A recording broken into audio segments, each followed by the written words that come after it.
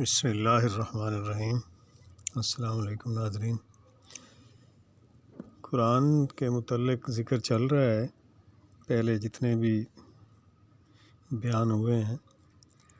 اللہ تعالیٰ فرماتے ہیں یا ایھا الانسان انک کادح الی ربک قدحا فملاقیہ۔ اے انسان، پارہ ہے یہ 30واں اور آیت نمبر ہے 6۔ اے انسان، تو اپنے رب سے ملنے تک یہ کوشش اور تمام کام اور محنت کر کے اس سے ملاقات کرنے والا ہے۔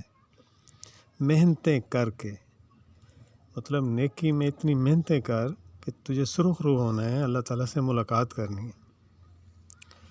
اور اس وقت وَأَمَّا مَنْ أُوتِيَ كِتَابَهُ، اور اس وقت جس شخص کے دائیں ہاتھ میں اعمال نامہ دیا جائے گا، فَسَوْفَ يُحَاسَبُ حِسَابًا يَسِيرًا، اس کا حساب تو بڑی آسانی سے لیا جائے گا۔ تفسیر میں کچھ ایسا ہے کہ آسان حساب یہ ہے کہ مومن کا اعمال نامہ پیش ہوگا، اس کی غلطیاں بھی اس کے سامنے لائی جائیں گی، پھر اللہ تعالیٰ اپنی رحمت اور فضل و کرم سے انہیں معاف فرما دے گا۔ حضرت عائشہ رضی اللہ تعالیٰ عنہ فرماتی ہیں کہ رسول اللہ صلی اللہ علیہ وسلم نے فرمایا، جس کا حساب لیا گیا وہ ہلاک ہو گیا۔ تو میں نے کہا، اے اللہ کے رسول، اللہ مجھے آپ پر قربان کرے کہ اللہ تعالیٰ نے یہ نہیں فرمایا جس کے ہاتھ میں نام اعمال دیا گیا اس کا حساب آسان ہوگا؟ تو مطلب حضرت عائشہ رضی اللہ تعالیٰ عنہ کا یہ تھا کہ اس آیت کی روح سے حساب تو مومن کا بھی ہوگا، لیکن وہ ہلاکت سے دو چار نہیں ہوگا۔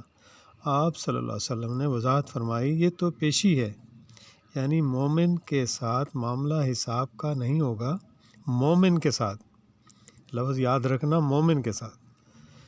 یہ ایک سرسری سی پیشی ہوگی، مومن رب کے سامنے پیش کیے جائیں گے، جس کا مناقشہ ہوا، یعنی پوچھ گچھ ہوئی، وہ مارا گیا۔ تو صحیح بخاری کی تفسیر ہے، ایک اور روایت میں حضرت عائشہ رضی اللہ تعالیٰ فرماتی ہیں کہ نبی صلی اللہ علیہ وسلم اپنی نماز میں یہ دعا پڑھتے تھے، اللہم انی حسیباً